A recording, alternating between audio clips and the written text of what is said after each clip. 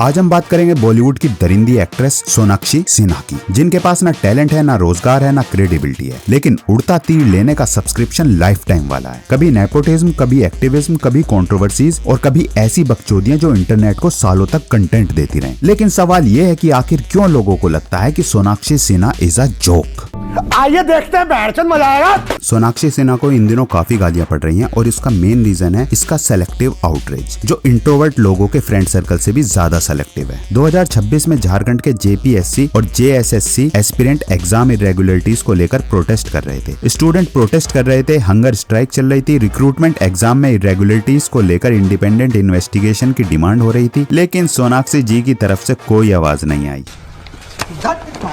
और यहीं से लोगों ने सवाल उठाने शुरू किए, क्योंकि ये वही सोनाक्षी सिन्हा है जो कुछ ही टाइम पहले नीट के प्रोटेस्ट को ओपनली सपोर्ट कर रही थी। तो झारखंड वाले स्टूडेंट को इग्नोर क्यों? ऑप्शन ए, आईक्यू लो है, option B, cortisol level high था, ऑप्शन सी, कांग्रेस की गवर्नमेंट थी, या ऑप्शन डी, अंधभक्तों ने हाईजैक कर लिया था प्रोटेस्ट को। कमेंट सेक्शन में जरूर बताएं। मगर लाडले मियाओ गो गो गो गो गो।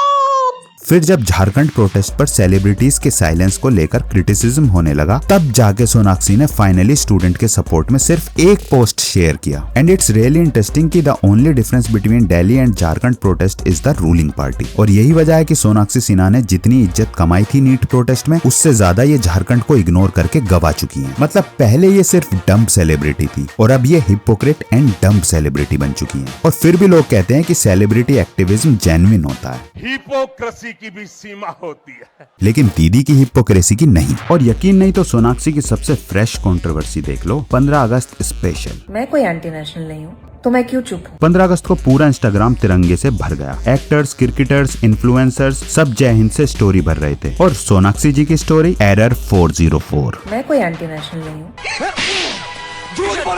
मैडम ने इंडिपेंडेंस डे पर कोई पैट्रियोटिक पोस्ट या स्टोरी नहीं डाली और फिर इंटरनेट ने तुरंत उनकी पुरानी एक्टिविज्म स्टोरीज खोल ली। पैलेस्टीन के लिए स्टोरी, सीजेपी के लिए स्टोरी, सोनम वांगचुक के लिए स्टोरी और गालियां पढ़ने पर झारखंड स्टूडेंट तक के लिए एक स्टोरी। लेकिन 15 अगस्त आया तो मैडम का इंस्टाग्राम बोला आज हम मेकअप करेंगे।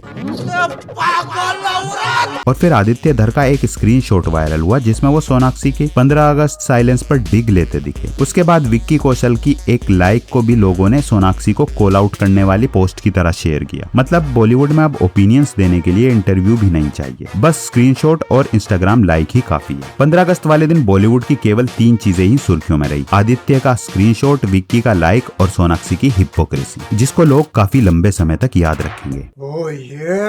जोक्स अपार्ट, इस पूरी सिचुएशन के बाद 2 ही पॉसिबल एक्सप्लेनेशन हो सकते हैं। पहला, सोनाक्षी स्टोरी डालना भूल गई, और दूसरा, सोनाक्षी ने डेलिबरेटली नहीं डाली। अब ऑप्शन 1 नेक्स्ट टू इम्पॉसिबल है, क्योंकि उनकी टीम में किसी को तो याद होगा ही कि आज 15 अगस्त है। लेकिन ऑप्शन 2 काफी प्रॉब्लमैटिक है, because what is she trying to achieve by normalising not celebrating Independence Day? आपको क्या लगता है? तौबा तौबा तौबा, थारा मूड खराब कर दिया। और अब आते हैं सोनाक्षी सिन्हा के करियर के उस लेजेंडरी लो आईक्यू तमाशे पर जिसको इंटरनेट ने 2019 में देखा था। कौन बनेगा करोड़पति में अमिताभ बच्चन ने एक सिंपल सा सवाल पूछा, हनुमान जी संजीवनी बूटी किसके लिए लाए थे?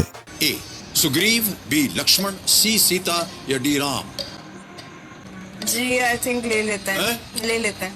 ले लेते लाइफलाइन, शांत हो जाए घड़ीमान जी। भाई रामायण का सवाल था, एप्लीकेशन ऑफ डेरिवेटिव का नहीं। अरे बाप रे, ये तो धोती खोल रहा है। लेकिन सोनाक्षी जी ने अपने दिमागी अपंग होने का प्रमाण देते हुए लाइफलाइन यूज कर दी। अब दिक्कत ये है कि सोनाक्षी के चाचा ताऊ का नाम राम लखन भरत है, सोनाक्षी के भाइयों का नाम लव कुश है, और तो और सोनाक्षी के घर का नाम भी रामायण है। मतलब जिस घर में रामायण एड्रेस हो, उस घर के मेंबर को रामायण के सबसे आइकॉनिक इंसिडेंट का पता ही नहीं। मैं गाली नहीं दे सकता। नहीं, गाली नहीं देना।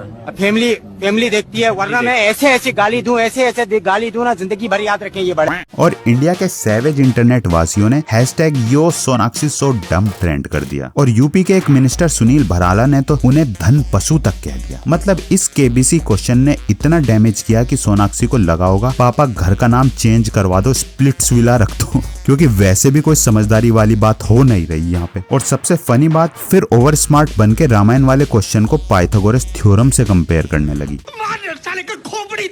लेकिन इंटरनेट ने इस बेवकूफी को ऐसे संभाल के रखा जैसे बीजेपी वालों ने नितिन गडकरी को। भाई संजीवनी बूटी तो हनुमान जी ले आए थे, लेकिन सोनाक्षी के लिए समझदारी शायद कोई नहीं ला पाएगा।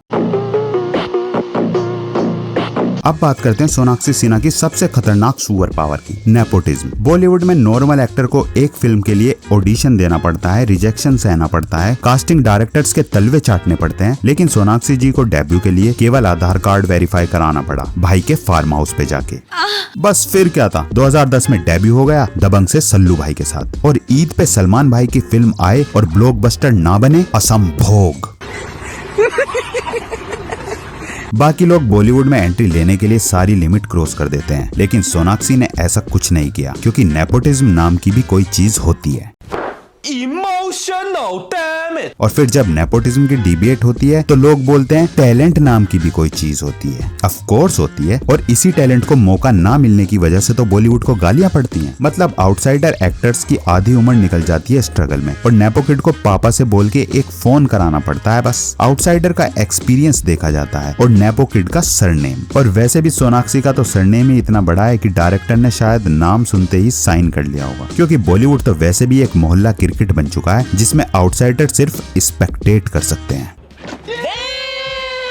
सोनाक्षी सिन्हा की कंट्रोवर्सी की लिस्ट यहीं खत्म नहीं होती, इसमें एक चैप्टर और भी है, वाल्मीकि कम्युनिटी वाला कंट्रोवर्सी। 2019 में एक इंटरव्यू के दौरान सोनाक्षी जी ने कमेंट किया, पप्पू से घर जाके भंगी बन के चली जाऊंगी एयरपोर्ट, जिसको लेकर वाल्मीकि कम्युनिटी में काफी बैकलैश हुआ, प्रोटेस्ट हुआ, क्रिटिसिज्म हुआ, और बात इतनी बड़ी कि मैडम को नाक रगड़ रगड़ के अपोलॉजी देनी पड़ी। मतलब एक इंटरव्यू में सेंटेंस निकला और पीआर टीम ने अंदर से बोला, ए लग गई गुरु, अपोलॉजी नहीं अपोलॉजियां निकालनी पड़ेंगी।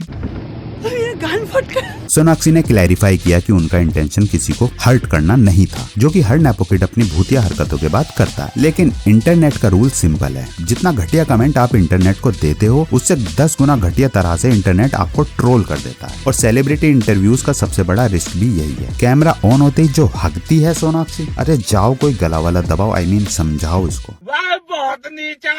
एक तरफ डिमीनिंग कमेंट, दूसरी तरफ अपोलॉजी, तीसरी तरफ सोशल मीडिया पे डैमेज कंट्रोल, और चौथी तरफ ओवर एक्टिंग। मतलब बॉलीवुड में पीआर टीम पे और कुछ आए ना आए, लेकिन मल्टीटास्किंग कंपलसरी होनी चाहिए। और वैसे भी हर नेपोकिड की शुरुआत सॉरी बोलने की प्रोफेशनल ट्रेनिंग से ही होती है, तो सोनाक्षी ने भी सीख ली, नॉट अ बिग डील। बस प्रॉब्लम ये है कि उनकी कंट्रोवर्सी की अटेंडेंस इतनी रेगुलर है कि पीआर टीम को 3-4 ड्राफ्ट रेडी रखने पड़ते हैं अपोलॉजी के। सही पकड़े हैं।